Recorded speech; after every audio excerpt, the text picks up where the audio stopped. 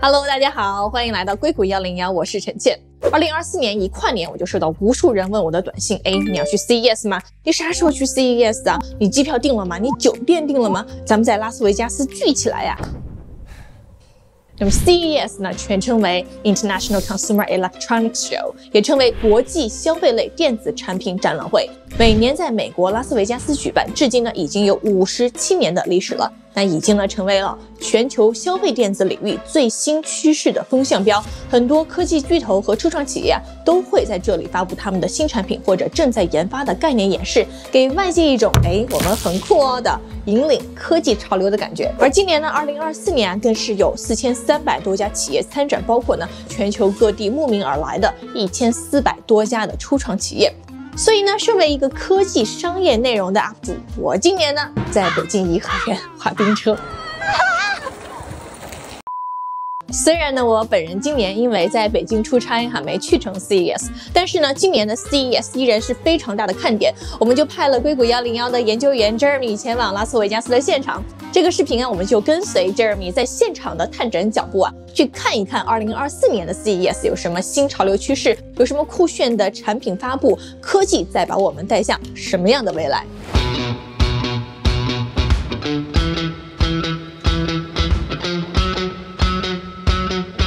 我记得是松下的一家子公司做了一个不发出声音的麦克风，没有我的号，我的头太大了，他这几个眼睛都戴不上。500刀我觉得 OK 的。用一个3D 的显示器去看韩国小姐姐 K-pop 的演唱会，我当时还挺种草的，一问说一个床垫有8000刀，我说那算了。好的 ，Jeremy， 那我知道你刚刚从 CES 回来，能不能简单跟我们来讲一讲你这次 CES 之旅整体的感受是怎么样的？第一个感受是好累啊，在去程的时候遇到飞机被取消，回程的时候遇到飞机被延误，昨天晚上2点半才到家，然后在这个过程中我实际上只待了2天半的时间，因为飞机的原因。作为一个电子迷，我还是非常激动的，能看到4000多家公司一起展出各种各样的电子产品，大的小的，确实是一个非常激动的体验。稍微有一点点小失望是可能没有看到特别颠覆性的技术和创新出现，但是就是从一个电子展的角度，我觉得还是能看到很多惊艳的也好，做的非常细致，非常洞悉用户需求的好的产品，我觉得还是看到了不少的。所以整体的给我的感觉是累，但是非常的充实，感觉不虚此行。太棒了，太棒了！非常开心的听到你在 CES 有一个非常愉快的这样的一个体验哈。那我们呢也知道这次展出有非常多的公司，然后有非常多的行业。那我们把它分成几块，然后来分别的聊聊，就是在垂类上你的一些观察。那我们先来说一下大厂吧。那么对于大厂在 CES 今年的一些展出，你有什么样的心得体会吗？大厂这次其实我看到的并不多。有一些大厂没有来，比如说挺失望的，没有看到苹果，没有看到 Vision Pro。有一些大厂，比如 Meta， 比如 Nvidia， 他们是很早开了一个发布会之后就走人了，去的时候发现已经人去楼空了。相反这个因为它毕竟是个电子展，各种消费电子的大厂，并不是我们在硅谷说的这个 tech company 的这些大厂，还是有非常多的这个存在感的，比如 LG、三星，比如国内的海信 TCL 这样的公司，我觉得其实还有很多的存在感的。给我印象最深的是 LG 的厂吧。LG 可能是所有馆里边最大最炫酷的一个了。LG 包括这几家大厂都展出了非常先进的非常多的显示技术，比如今年发了好多的透明的电视透明的 OLED， 透明的 Mini LED。我记得一个是 LG 的，一个是三星的，这个发布了非常非常大的屏幕，比如说 TCL 家发了一个156寸的 Mini LED 的这个显示器，这个电视那是比一般的投影仪还要大的。这些我觉得可能是传统 CES 各个厂家秀肌肉的环节，还是看得很惊艳的。LG 给我留下比较深刻印象的是 LG 它自己出了一个小的区域叫 Beta Labs， 展出了一些它的相对的概念产品，但是能看出说 LG 这个公司它很懂生活，展示出了一些要么是很酷，要么是很洞悉用户需求的一些小的产品。我举几个例子，给我印象非常深刻的是，他做了一个非常艺术的智能音箱。这个智能音箱它用了 LG 的这个透明显示器的技术，不透明的时候它自己是一个电视，它是一个小小的电视。透明的时候呢，它可以显示出在这个音箱里边它是有透明的，能看到这个音箱的发音单元是做成了金色的，非常的闪耀，非常的漂亮。这个透明的屏呢，能显示出你在上面播放的内容。播放音乐的时候呢，上面还有2个小的这个高音单元可以升起来，就感觉播放音箱的时候非常的有仪式感。这个东西放在客厅里一定非常的有格调。类似的还有一个说比较可能贴近生活一点的产品。LG 之前做了一个产品叫闺蜜机，我不知道你听没听过。当各大厂商这个电视在卷参数的时候，它做了一个可以移动的电视，这个电视带轮子带电池，你可以触控，然后你可以把它你想搬到哪就搬到哪。一个不大的电视只有27寸，比如说在我们家楼上可能是没有电视，当我想躺在床上追个剧的时候，我就把这个闺蜜机搬到我的床上，搬到我的床边，做了这么一个产品。它今年好像发布了一个更加强版的这个音效更好的闺蜜机，同时类似它也发布了一个所谓户外使用的闺蜜机，一个电视可以放到一个箱子里，可能这个箱子还有一定的防尘防水的作用，你可以把它拎着出去露营，露营的晚上可以把它搬出来看电视。我觉得这些小东西对这个生活的需求的想象，我觉得非常的有意思。印象很深刻的还有就是那个去做了一个露营车，我不知道 LG 为啥会做一个露营车了，但是它做的里面的布置非常的精细，外面还有 LG 自己家的这个户外的电视。放在篝火旁边，上面写着 LG 的这个标语叫 Life's Good。 我想，哎呀，看到这个场景，我觉得 Life 真的很 good 啊。这一些小的东西让我觉得，除了你秀肌肉，它有一些很人性、很温馨的存在。我觉得这个展区给我留下了比较深刻的印象。还有一个留下比较深刻印象的是 Google 的展区，这可能是唯一一个我看到展区非常大的一个 Tech 大厂。Google 的展区，它那些常见的硬件，可能我们在硅谷整天都看到了。印象比较深的其实是它展出了一些 AI 的应用。你要说这些 AI 的应用有多神奇多 high tech 也没有，用到的技术呢其实是我们这边都知道的一些技术，但是它整合进它的手机和它的办公应用整合的都非常好，给我一种耳目一新的感觉。我举个例子，它做了一件事情是，你可以在手机上生成一个属于自己的壁纸。通过你写一个简单的 prompt， 它可以生成非常适合做壁纸的这种很艺术的照片。它也知道不是每个人都会写 prompt， 所以它给了一个写 prompt 的一些指导，你可以把这个词换成这个词，换成那个词，形成一个像模板化一样的 prompt。用这个 prompt 能生成非常好看的壁纸，你也不需要懂这个大模型的这些 prompt engineering。之前就讲说，当时这个展示员就说，他的女朋友用这个功能给他生成了一张桌面，他就一直用这个做桌面，就能想到他的女朋友啊。我觉得这件事情用起来还是有不少价值的。同时他展示了一个他的修图应用，就是 Pixel 他们自家的手机里边内置的这个修图应用，现在加上了 AI 功能。他给展示了几个功能，一个是可以擦除额外的物体，一个是可以换天空，可以把天空换成黄昏的这个颜色，换成比较好看的颜色。我们拿它的这个手机真的找了一张图片试了一下，这个效果还是蛮惊艳的。我相信可能在国产的手机上这些功能也不会缺，但当看到这些功能整合的很好，整合到手机里边的时候，确实让觉得Pixel 这个手机好像更值得买吧。类似的，我也第一次体验到了说在 Google Sheet 里边通过 AI 去算数，去排序，做一些这个表格的简单的处理。这个功能也不新鲜了，各家其实像微软什么的也都有，但是第一次真正用的时候还是觉得可能在一些时候还是能挺节省我的时间，能提高我的生产力的。这些东西让我觉得说 AI 可能不只是炫技，有一些功能其实现在确实已经能走入到生活当中，可能就在你的手机里。我觉得这个场馆做的还是蛮用心的。那我知道，其实在今年的 CES 呢，很多这个中国国内的公司企业也来到了现场，然后来布置他们的展厅，然后非常多的企业家带着团队也来到了 CES 现场啊。那么你在现场有没有看到比较有趣的一些国内科技大厂的一些布局跟他们的展厅呢？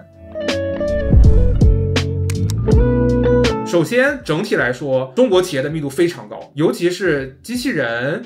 VR AR 这样的领域，能大量的看到中国的公司。比如在某一个机器人的领域里，可能看到5家公司，有4家都是中国的。这个然后包括也来了很多像深圳的做数据线的、做充电器的这些公司，有大片的是中国的。我也跟有一个参会的人聊说，确实是在硬件的迭代速度上，中国跟比如说美国的公司比有很大的优势，他们自己也是在中国创业之前是美国背景，是我斯坦福的同学，说你在这边做一块电路板可能要2个月，在中国1个周就做出来了，迭代一次电路板可能花1个周的时间，这个速度确实是无可比拟的。所以看到就是硬件这个方面，中国确实还是蛮强的。从大厂的角度，其实给我印象非常深刻的一家公司，我还挺意外的，是叫 TCL。我之前可能上小学的时候的这个电视就是 TCL 的，还用了挺久的。当时给我的感觉就是一个做传统电器、做电视的公司，但现在感觉 TCL 这个场地布置的还是蛮炫酷的。首先当然是它看家本领的这些显示技术，就像我刚才说了，它放了一块165英寸，好像是如果我没记错的话，一块Mini LED 可能是厂里最大的这个 Mini LED 的显示器了。还有它做了很多游戏显示器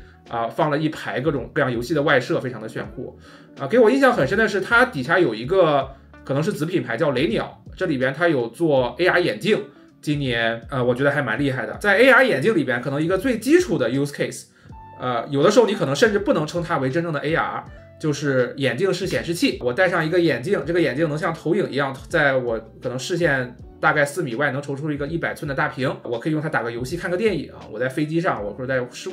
这个外出差的时候可以用得到。这个 TCL 的雷鸟可能是这里边一家相对做的比较领先的还有另外一家中国公司叫 Xreal 也做的比较领先。我去试戴了一下他们最新的这个头戴式显示器，让我觉得还蛮惊艳的。这个技术成熟了，我不知道大家还记不记得，在1年前的时候，我们做 Vision Pro 那期节目的时候，我也买过一个，我想试一试这类的 AR 眼镜怎么样。当时我戴的很眩晕，以及显示的技术也不清楚，我就把它给退了。这次戴我觉得可以了。记得当时你还给我试戴了一下，确实那效果不怎么样。对，这次去戴我觉得舒服了我觉得可能真的能达到实用的标准。虽然说这个东西没有很多的 AR 技术，它也不是360度的，它也跟现实没有交互，但是我觉得能把这一个应用做好，我在这个行业还是挺坚实的一步吧。然后在这之外，他们确实今年展出了一个 AR 眼镜的 prototype，现在还不能卖，但是我有机会去试了一下这个眼镜。大概就是说我这个镜片是透明的，但是我可以在透明的镜片上显示一些信息，这个信息它现在这个版本暂时还没有办法跟现实世界去交互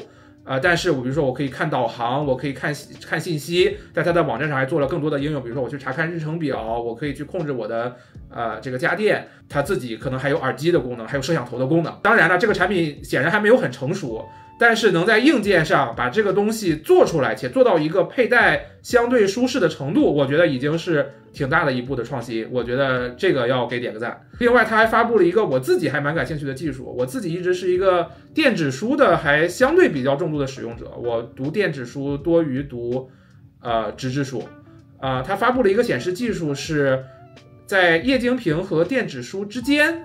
做了这么一种屏幕，这个屏幕它还是一个液晶屏，但是它通过一系列的技术减少蓝光，很护眼，这个屏幕也不反光，在阳光比较强的情况下可以使用它可以一键切换成电子纸的模式和就是这种全彩的液晶屏的模式。因为电子书这个行业发展的相对慢一些，这个屏幕的显示效果远远不如现在的液晶屏，它可能用这个屏幕的一个显示技术在这两者中间达到了一个比较好的中和比较好的平衡。我觉得对这种内容消费型的平板可能是一个挺有用的场景当然了，这个技术可能是我自己比较感兴趣，但我觉得看到这个公司做了一些这样的创新，在这样的展上交出这么一份答卷，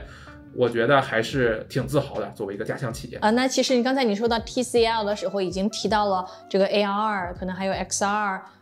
方面的一些创新哈。那么确实这个产业呢 VR、AR、XR、MR 其实在过去1年从苹果发布了 Vision Pro 之后呢也是非常卷，然后各个大厂 startup 大家也都是在加速在研发的一个非常重要的产业。那么这次在 CES 上面你还有没有看到其他的很多公司在展出类似这个赛道的一些产品跟新的体验呢？首先我要说相对失望的一点是我没有看到一个颠覆性的XR 的厂商和产品出来我们之前说苹果的 Vision Pro 是在现有的技术上这个做到了极致，但是我们也说未来是轻便的，是好带的才真正有未来。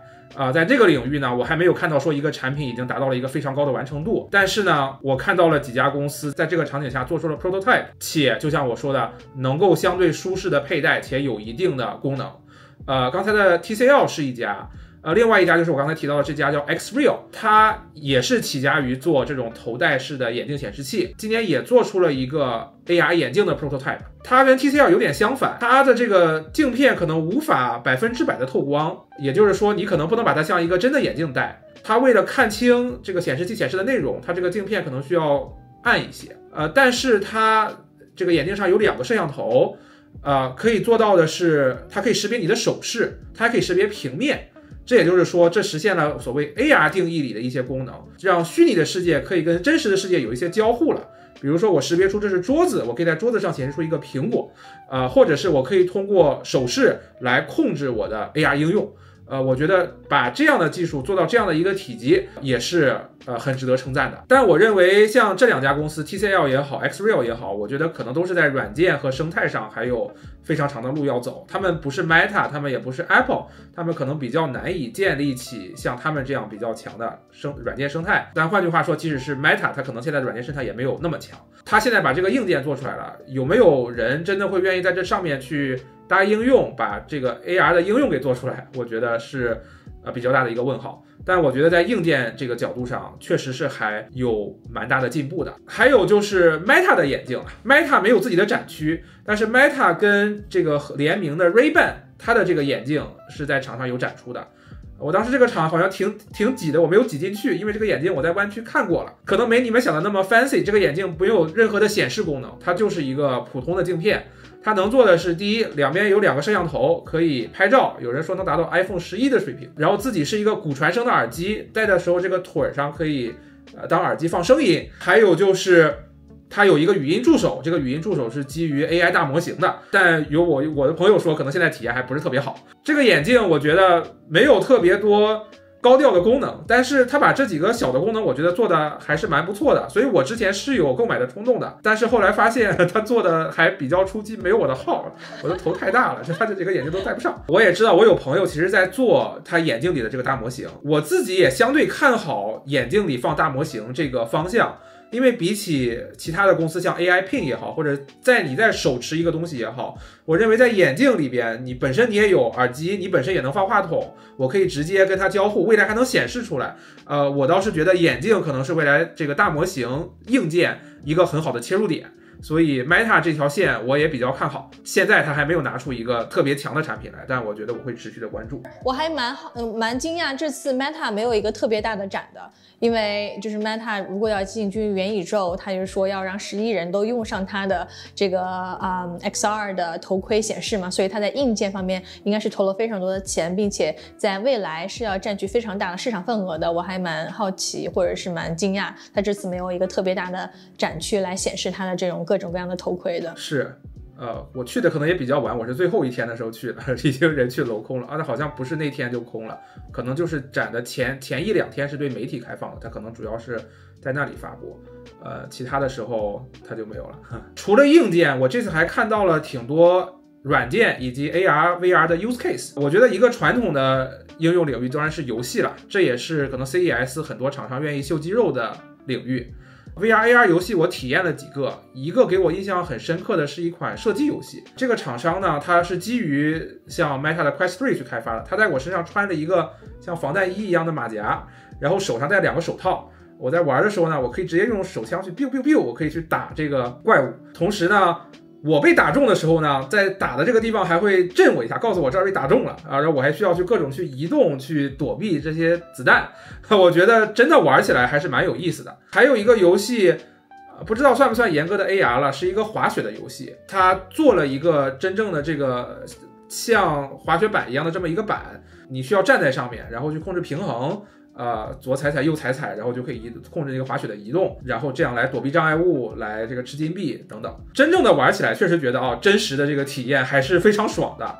包括像一个传统的 CES 每年都会有的各种各样的赛车模拟器，可能也不是真正的 AR， 但是我今天看到有赛车的模拟器使用了 3D 显示器的技术我觉得这个还蛮酷的。看过去的时候，我这个车像是立体的，这一系列的技术让我觉得说这些游戏确实是变得更加的真实，更加好玩了。但怎么说呢？我觉得它可能更适合 CES， 我并不会有冲动去买它们这里边所谓炫技的成分也就在于这些东西都很贵，印象中那套滑雪的装备好像买下来要$8000，我说谁会去买这样的一个东西？除非你真的是滑雪发烧友。所以更多的是体验一下，希望这些东西的价格能降下来。我觉得我如果是很好玩且价格很低的话，我觉得未来可能有机会去尝试。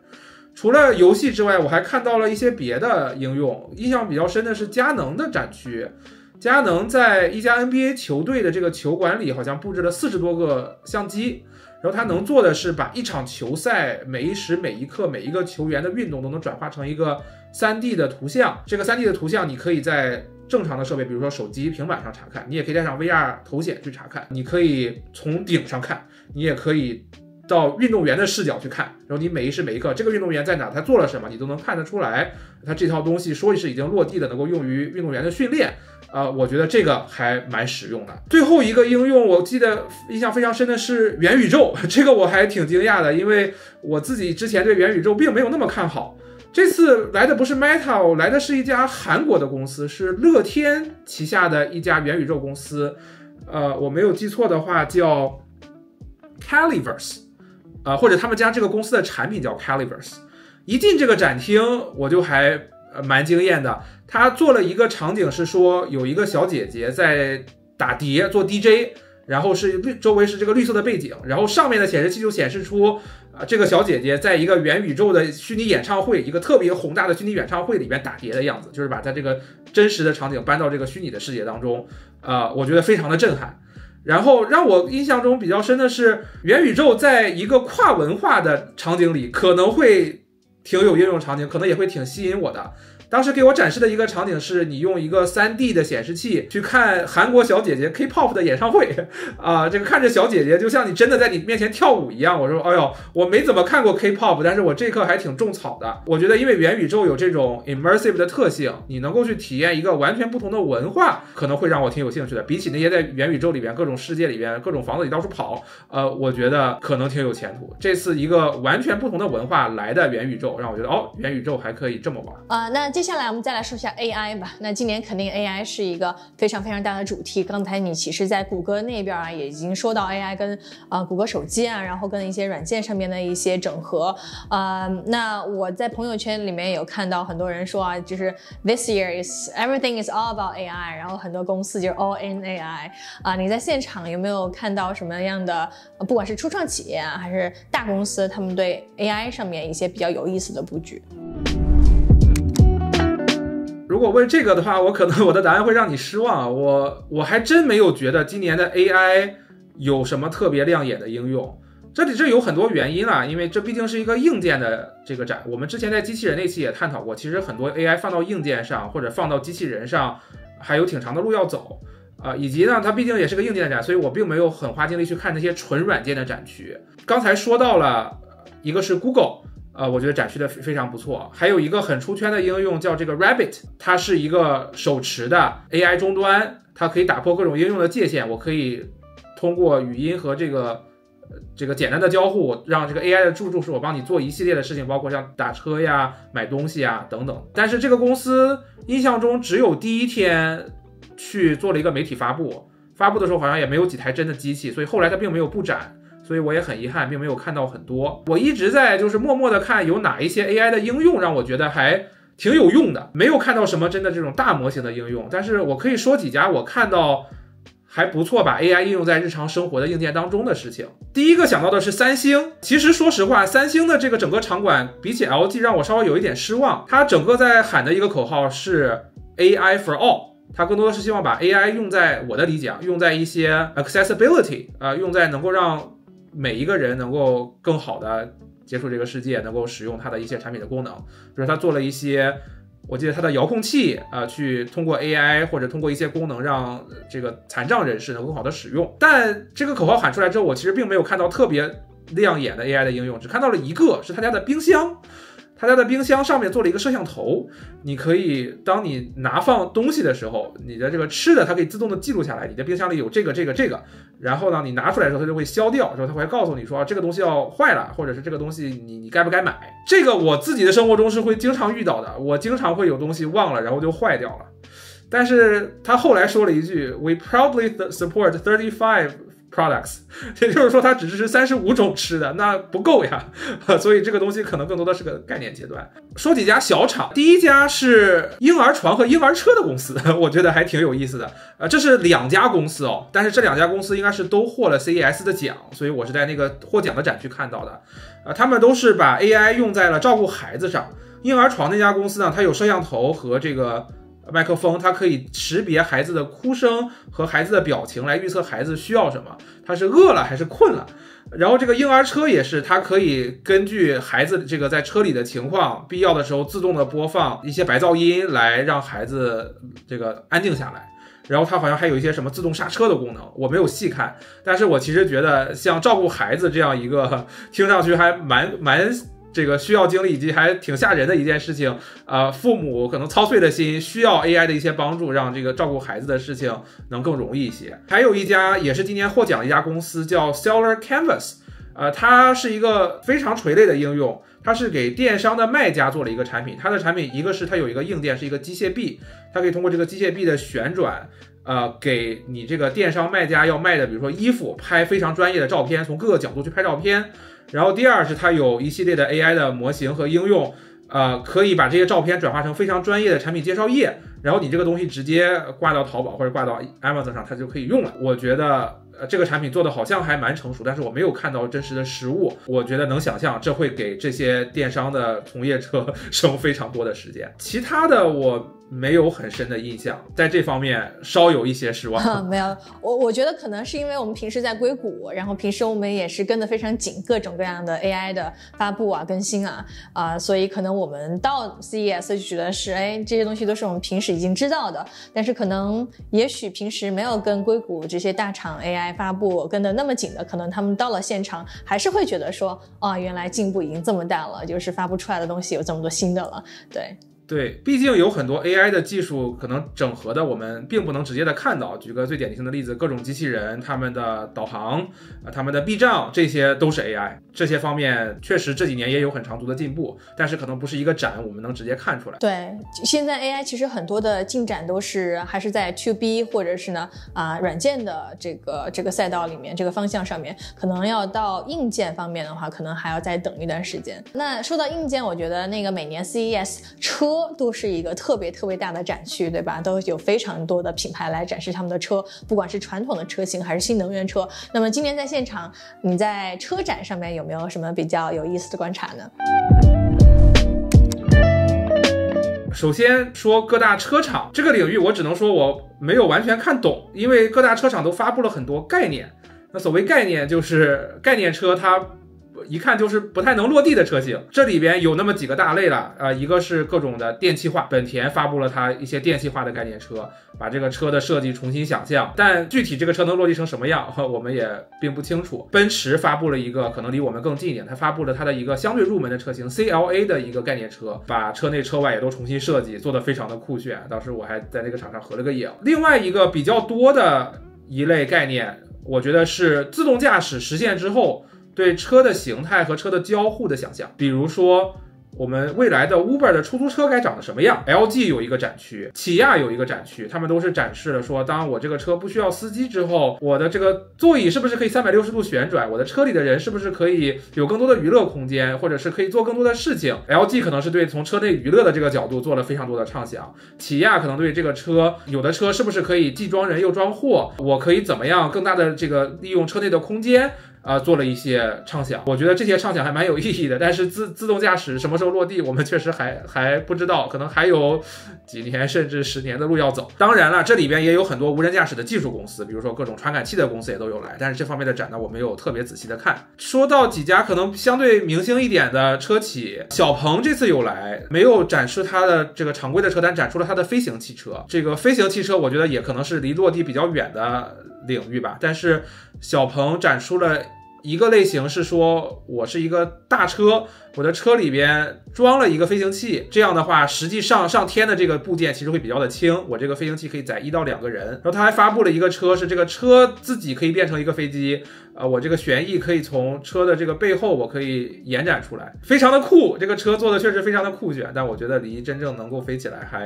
还有比较长的路要走。还有一家硅谷101之前关注过的公司叫 VinFast， 今年有来到展区，它展出了几个相对比较可行的概念车，它展出了一款它的电动皮卡的概念车，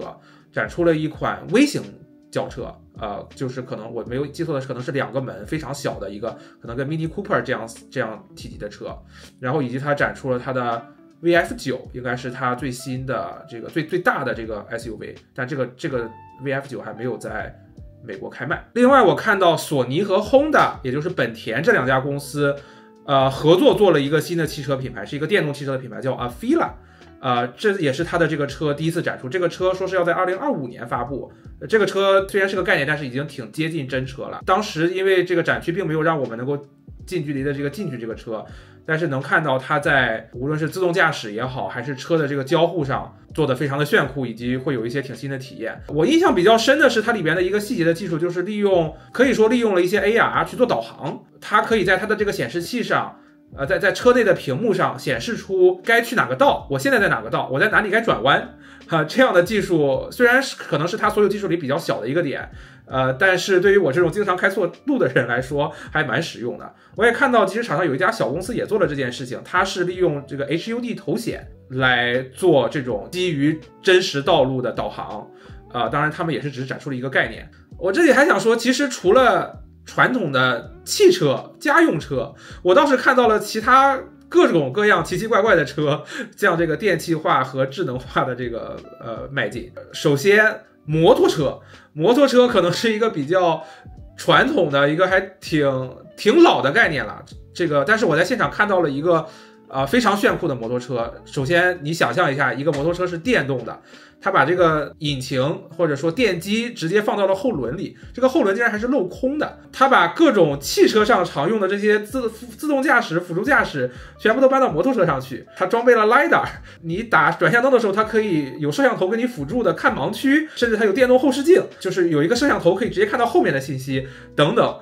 让你觉得摩托车这个很老的领域也可以这样的革新。它甚至还这个兼容了特斯拉的充电桩，你可以直接用特斯拉的充电器给它充电，能达到跟特斯拉基本一样的充电速度。车好像卖的不便宜，但是我身边有人非常的喜欢摩托车，我认为这样的产品可能对他们还蛮有吸引力的，而且你也可以想象这个摩托车的性能应该差不了，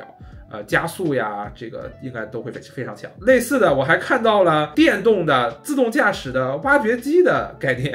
我还看到了电动的装甲车。那些应该非常的耗电吧？就是这个电池的技术解决了吗？这个我觉得还蛮概念的。另外就是场地里有非常多的电动自行车、电动滑板车和一些可能解决最后1公里的出行方案。给我印象很深的是本田展出了一个其实它已经在卖的产品，我没记错的话叫 Moto Compacto， 这个产品今年也获了 CES 的奖。它的理念就是我能做一个非常小的这个电动车，折起来之后像一个手提箱一样大，我这个车呢可以就放在我汽车的后备箱里，也不怎么占地方，我可以这样来拓展我汽车到不了的地方，我可以用这个小车我可以骑过去，做的非常的精致，折起来之后也真的就像一个行李箱，一个很薄的行李箱，收纳起来很不占地方，我觉得还蛮酷炫的。当然了，各种滑板车，像这个国内滑板车的这个领先的企业，这个 Ninebot 也有过来，它展出了它各种各样的滑板车、电动自行车的概念，这些我觉得在美国也会挺流行的。那么在最开头的时候，你也讲到很多中国的企业来，其实展出了很多机器人类的这样的应用跟硬件嘛。那么在机器人的展区，你有没有什么比较惊喜的发现呢？首先我看的可能更多是消费领域的机器人，我没有去看这个很多企业应用的机器人，其实场内有展出，但不是很多。消费领域的机器人最实用的，我认为还是扫地机器人了。我们之前机器人那期节目也提到过，这可能是变现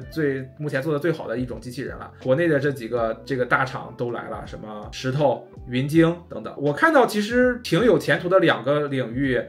跟扫地机器人都有点类似，一个是游泳池清洁机器人，还有一个是割草机机器人，我觉得都还蛮有意思的。我有跟这些厂商聊过，而且这些厂商都还挺多的，我觉得这2种机器人每一种我都看到了不下5家。而且绝大部分是中国的公司，我有去跟他们聊，说游泳池的这个清洁机器人在美国还相对普及。清洁游泳池底这件事情，人是很难做的。你让一个潜水员下去清洁，这个你想一想，这个成本就不是很现实。那这个游泳池的机器人常见的就是有2种，一种是这个潜到水底去的，它可以清洁池底，它可以清洁池壁。然后它可以对水可能做一些这个过滤啊，做一些水质的清洁，这个撒一些相关的这个药剂，让这个水变得清洁。还有一种是浮在水面的，比如说是把水面的这个叶子给清一清。当然我知道后者可能有很多是就是人自己来做的，可能前者是更刚需一些。我这次看到还挺有意思的，有一家公司做了一个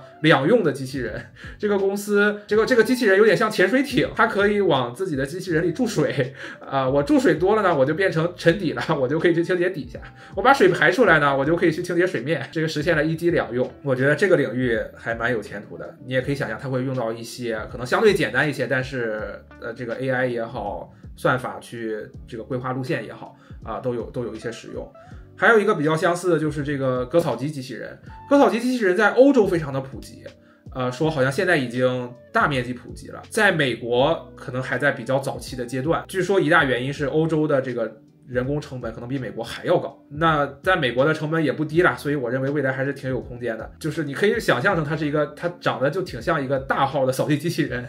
里边是割草机。这个以前的割草机机器人好像说主要的这个限制是它需要用线缆围一个区域出来，然后这个割草机器人就在这个区域里边去做。那近几年来大家好像在强调的一件事就是去除这个边界，就是使用就是咱们扫地机器人上常见的这些 AI 的路径规划的技术，使用 GPS， 使用各种传感器。我可以设定说我就扫这片草，我也不需要额外的线我机器人就能把这个事儿去给做了。我觉得这2个机器人就是类似于扫地机器人吧，我觉得未来的这个真正进入百姓家，我觉得还是蛮有希望的。除此之外，还有一个我看到比较多的是食品领域出了很多的机器人。这些领域可能在中国也都不是最新的了，可能之前都有了，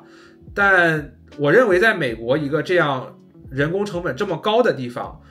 这些机器人可能还会有自己的应用场景。我看到了各种各样的吃的机器人，有做奶茶的，有炒菜的，有做冰激凌的这个听上去还挺危险的，这个做一大堆冰激凌吃会很胖。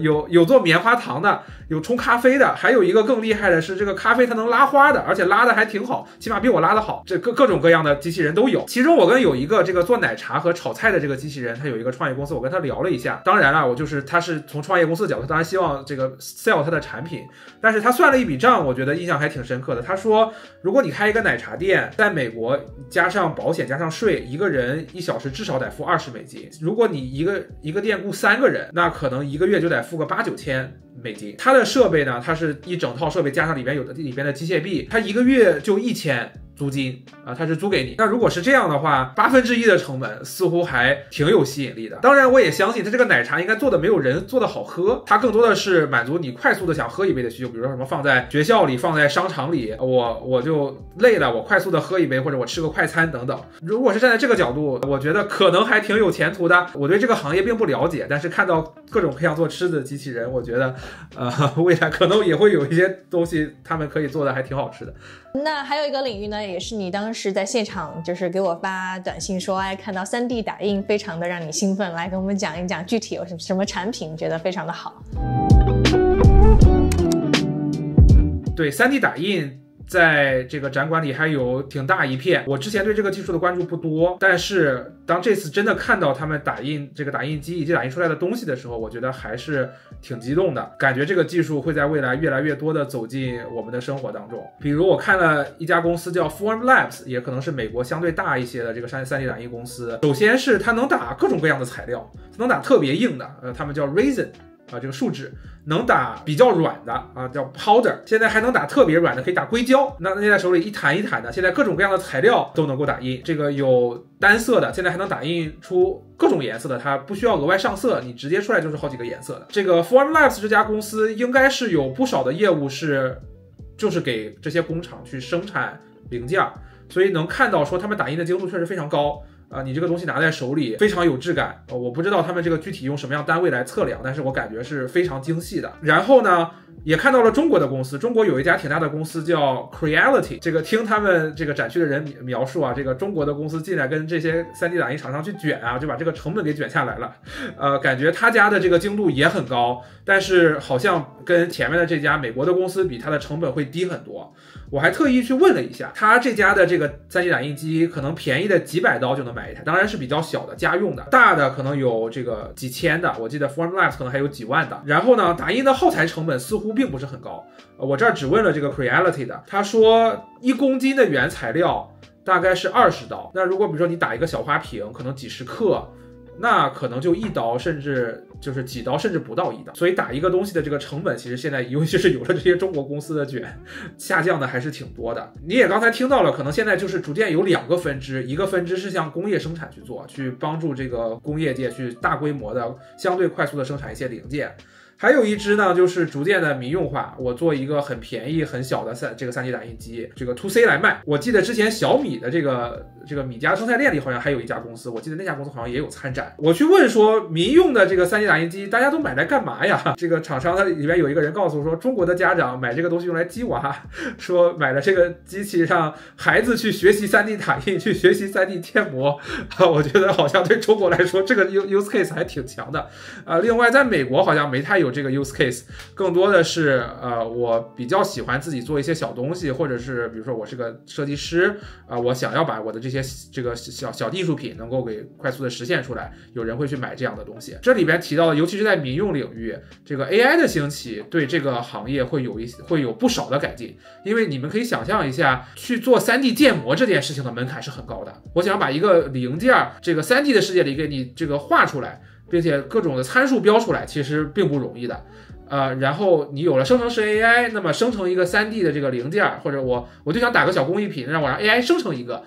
可能会让这个 3D 的这个创造这个门槛大幅的降下来。说了这么多激动人心呢，其实厂商的人我也有去问说，这个技术现在有多成熟？大家答案还是说，其实还有不少的路要走。就是 3D 打印，你可以跟一个这个传统的打印机去类比，一个传统打印机可能发展了非常多年，可能几十年才发展到今天，像喷墨版打印机这么的普及，价格这么的低。3D 打印现在还是有不少的这个技术的挑战，一个是打印速度，虽然说已经有了挺大的改进了，但是现在像家用的打印机打一个小的物件可能要5-6个小时，所以这个你想如果你再打错了打失败了，你再重新来一遍那这个时间成本是非常高的。然后好像现在也有说有一些这个入门级的打印机对温度这个打印的条件还有一些要求，所以在这方面还有挺多的路要走。整体我觉得这个技术未来可期。我自己因为我自己这个搞摄影，有的时候需要买一些摄影的这个配件我发现最近我能买到这个 3D 打印做的了，这些配件就是跟你这个正常厂商产出来的差不多，但是价格可能只有1/5，这可能也是一个信号，说 3D 打印的一些产品可能也会越来越快的走入我们的生活当中。我对这个技术能看到这些真实打印出来的东西，我觉得还是非常惊艳的。那刚才呢，我们已经说了非常非常多大类哈，那么其他的一些小的公司或者小的产品或者小的赛道，还有没有什么你觉得特别让你记忆深刻，觉得特别好的产品的地方？那我说几个对我零零星星我看到的还印象挺深刻的产品。第一个这个从个人享受来说，我看到了2个跟睡眠有关的产品，挺有意思的。有一个是可以自动调节软硬的床垫，这个床垫大概的做法是它里边有一部分是这种弹簧的，有一部分是气动的，它把这个床分成了好多个区。然后呢，它有一套这个基于 AI 的软件，它可以把你的身体去做扫描，然后来说你在你这个地方是要多软，这个地方是要多硬，甚至它还可以说你平躺的时候可以要这么软这么硬，侧过来躺要这个地方要改成这么软这么硬。我真实去躺了一下，确实舒服。它这个侧躺的时候确实会有变化。当时因为你想走了那么多路嘛，有一个可以躺着式的产品，我觉得还是非常非常爽的。对，我当时还躺了好久，旁边这个展示员还给我好一个奖，我当时还挺种草的，一问说一个床垫要8000刀，我说那算了。类似的还有一个产品也是这个基于 AI 的枕头，它主要的卖点是防止打鼾。我一开始觉得这个产品有点扯啊，但是去看了一下，这个产品太需要了，就很多家庭都需要。对，我去看了一下，我觉得还挺 make sense 的。这个产品今年 CES 也获奖了，大概就是说这个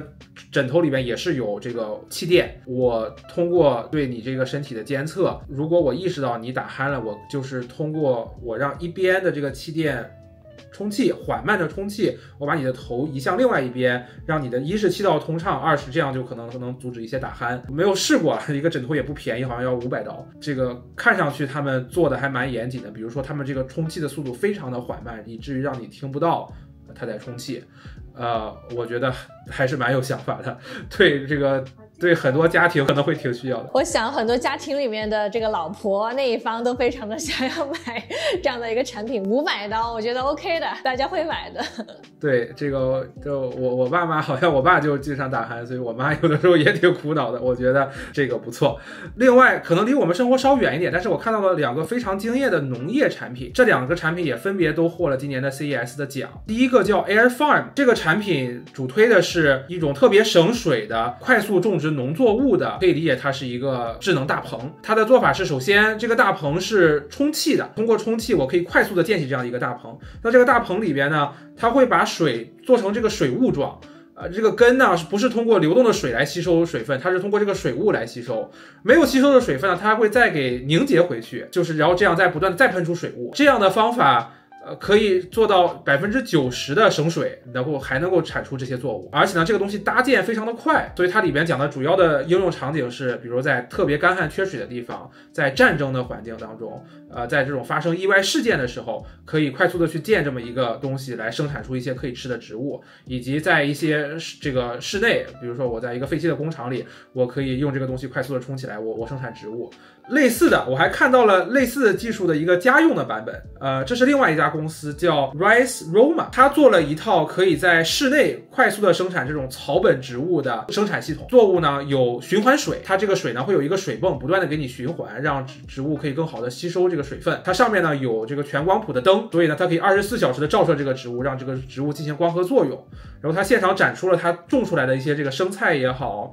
这个 basil 也好，长得特别的茂盛，确实看着很有吃的这个欲望。他讲到说有很多的地方，尤其是比如你住在城市里，或者你住在比较冷的地方，但你又想种点东西，确实需要一个在室内种植的这个 solution。这个东西又能实现全天候全季节的种植。它这个东西有的还被做了商业的用途，比如他讲到说他有一个披萨店就引进了这种室内种植的技术来种植这个 basil，在美国这边就是 basil 经常是跟披萨一起吃的，他就让这个客人到了店里去现场采摘 basil 然后吃。我觉得这个用起来还是很不错的。我自己还蛮喜欢种东西的，但是我家里并没有大的院子，所以我对这个还蛮感兴趣的。另外我还看到了几个蛮酷的产品，之前说到了这个 K-pop 小姐姐这个开演唱会，这家公司其实还做了这个 3D 的显示器。他家的 3D 显示器不只有一家做，但是我认为他家做的还是蛮惊艳的，你确实就是感觉这个小姐姐就在你眼前跳舞的样子。它很神奇的一点是，它这个显示器不是专门的显示器，它是用普通的显示器加上一层膜，加上一个摄像头来实现的。它可以根据去识别你眼的这个动的信息，把这个信息显示在这个膜上，来实现 3D 显示的效果。那如果这个技术能够实现的话，可能应用场景还挺广的，可能成本也没有那么高。但很遗憾，他说的时候，它还是一个概念阶段，还并没有真正的拿出来卖。另外，也是一个显示技术，我看到挺惊艳的，就是全息投影，这个 hologram， 在场上看到了各种各样的全息投影。有一家公司我看到的是让 LED 旋转起来，就是我这个 LED 可能做成这种细长的灯条，然后让它快速的旋转，像风扇一样快速的旋转。我一度以为那是一个风扇产品。然后呢，这个就能投出这个人看起来就是背景是透明的，但是你能够看到这个全息的影像。它还能够结合上这个手势识别，可以这个人在这个像面在像前面动一动，这个像还能跟着去做相应的这个 interaction。 我觉得这个技术如果作为这个产品的展示，还真的蛮酷的。那下一个问题啊，就是每年的 CES 上面都其实有一些不太切实际，然后有点不 make sense， 然后大家也不知道它为什么会被发明设计出来的东西。然后我之前在 YouTube 还有一些其他的视频平台上面都会刷到有一些吐槽的这种视频跟帖子哈。那么在今年的 CES 展上有没有你觉得有点傻的产品，不太 make sense 对你来说的？我印象中有一个，我记得是松下的这个一家子公司做了一个不发出声音的麦克风，它的应用场景是说，你打游戏的时候你会特别的激动和暴躁，可能会吵到别人，会骂脏话是吗？是。于是他就做了一个麦克风，把你的嘴堵上了，你就对着这个麦克风说话，外边的人听不到，只有里边的人能听到。我觉得可能有 use case， 但是这个样子确实是有点傻。我印象深的就这么一个哈。好的，非常感谢 Jeremy。然后我听你说这么多精彩的产品啊，然后我都非常的后悔，我今年没有去到 CES。然后呢，也很开心啊，能够看得出来你在这个现场也非常的兴奋哈，看到这么多好的产品，看到这些产品，觉得确实是科技还是在进步，有很多未来可期的新产品会逐渐走入到我们的生活当中。好了，那么以上呢就是今年我们在 CES 当中的见闻。当然啊，参展 CES 是一件非常耗体力的事情。很多人来到现场呢，可能更多的是展示自家公司的产品，或者呢与合作伙伴见面 catch up， 那更多的是社交上面的意义哈。但是看得出来 Jeremy 是真的很认真的在逛展。但是呢，即便如此，4000多家公司我们也不可能面面俱到，可能呢还有我们疏漏或者没有去到的展厅。如果大家有任何的补充呢，也欢迎留言给我们一起讨论。那么这一期视频啊就先这样啦，你们的关注、点赞、转发和留言呢是对我们做深度内容的最好动力和支持。那我们就下期再见啦，拜。